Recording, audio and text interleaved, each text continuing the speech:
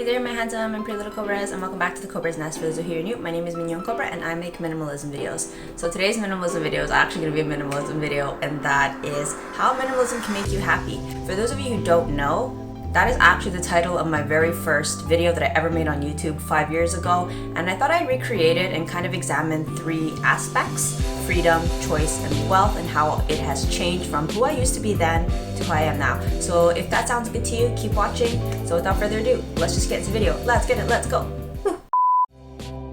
So, a little bit of background info. When I made that video, I think I was about my second year of being a minimalist.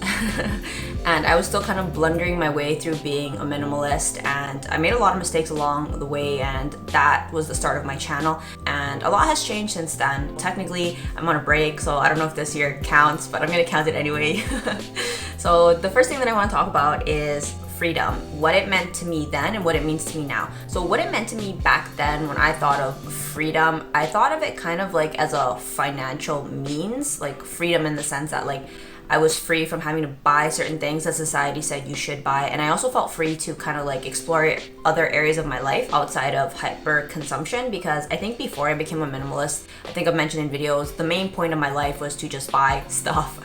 So I felt a lot of freedom in that sense. I felt very free to like save my money, maybe more free to try other things in my life. And I think what freedom means for me now is actually just like freedom to live the life that is authentic to me. And that's beautiful because that's something that's actually changed a lot throughout the years. For me personally, kind of having the freedom to choose what I think my life means to me and not let it be dictated by others. I give myself lots of space to examine, like, okay, is this something that you really want? Is this really how you want to live your life? I do a lot of self-reflections, which I think that when I was really hyper obsessed with just buying stuff, I don't think I really thought about that. I would definitely follow the trends, and whatever I felt others would say, you should do this and you should do that, I was like, okay. So I think I've definitely developed a lot of like free thought. And I think that for me is freedom. For me now, when I consider freedom is like having the ability to respect my own thoughts as like the most important thoughts. Okay, number two, choice. What choice meant for me back then was kind of having the choice to opt out. I think at the time I was kind of like leaving the rat race mentality, or at least developing a different type of mentality. For me, choice meant like I had the choice to not have to buy this and this and that. And I think at the time it meant like I didn't have to buy makeup, and like I didn't have to buy luxury bags. Our minimal lifestyle offered me that opportunity to live a different kind of life.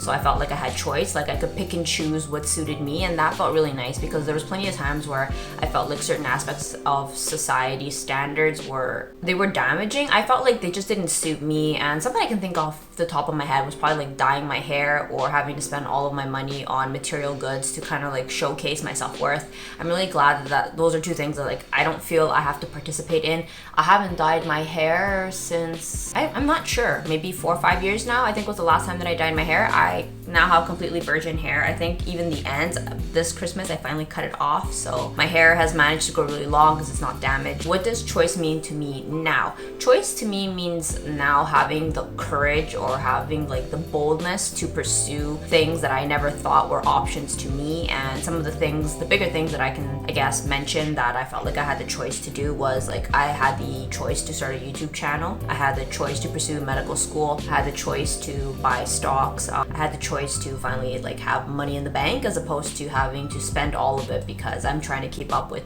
the Joneses. I don't even know who the Joneses are, but whoever they were, I was keeping up with some image in my mind, and I finally felt like I had the choice not to participate in those things. And I'm tweaking it as I go, you know, I'm not perfect, I'm still changing, but for me that like some stuff were not obligations, they were recommendations from society, and if you want to take it you can, and if you don't you can leave it. Okay, the fourth thing, wealth. What wealth meant for me back then was the journey or the starting point for wealth. I felt like, wow, if I'm not buying this and this and this garbage, not garbage, but like if I'm not buying all of these things, I would probably have some money left over for myself. And that was a very new and foreign concept for me when I first started minimalism. I thought the only purpose of money was to spend it. I guess I just was ignorant. I didn't really know any better. So that's just how I operated. And with minimalism, they were like, you don't have to buy that, you know, like that. I was taught, you know, there's a difference between like a need and a want. For me before, needs and wants were the same. If I wanted it, I needed it.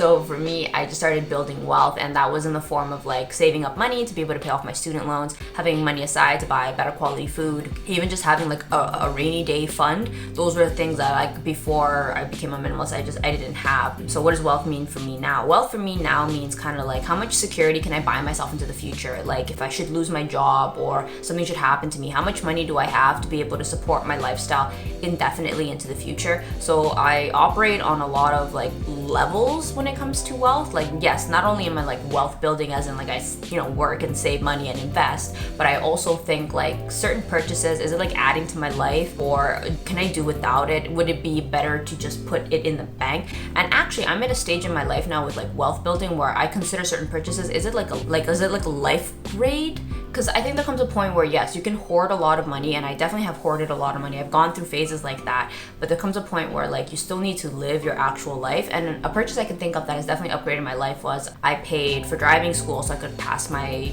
G test, which was really nice. Another one was I bought myself a better grade laptop, a 16 GB RAM, and the other one was I paid for laser hair removal, which is really nice. And I think that those things they really offer quality in my life. With like driving school, like I could legally buy a car. Having a better quality computer, I no longer have to struggle video editing, because video editing is something that makes me really happy. I don't know how much return on investment that is, but just like the general process of video editing is not a struggle anymore. And the other one is laser hair removal. Dealing with ingrown hairs was really painful and really annoying, and I remember sometime in my minimalism journey, once I decluttered the need for material possessions, I told myself something that I felt was a quality of life, and that when I finally had enough money, I wanted to treat myself to laser hair removal. I am a very hairy individual. I think you guys can tell from my brows. I just do such a good job of getting rid of hair. But yeah, I was like, I wanted to get rid of my mustache and my chin hair, and I was like, I just don't want to deal with it anymore. I've been dealing with it since like grade 7 or grade 8. It's been 15 years since I told myself I want to do it, and so I'm finally in a position and I did it. And yeah, I mean, I could argue, well, you're supposed to be against, higher than the patriarchy. You don't need hair removal. It's like in my own minimalism journey, I've become woke, and then somewhere in my wokeness, I realized being woke, if it's hurting me, is not being truly woke. So for me, I don't care about the patriarchy. I would like to not have to deal with facial hair. I don't claim to be higher than that. It adds value to my life. I guess that's what wealth for me is now. It's having a good quality life. It's like having money in the bank so I'm not stressed about my finances, but also knowing what adds value to my life and spending accordingly on that. I know that this is probably not how you might have thought I would talk about minimalism. I didn't really talk about minimalism per se, but more so how having a lifestyle where I wasn't consumed with material accumulation, how it allowed me to live my better life. So yeah, I hope that you enjoyed this video, and I will see you guys in the next one. Thanks for watching. Bye!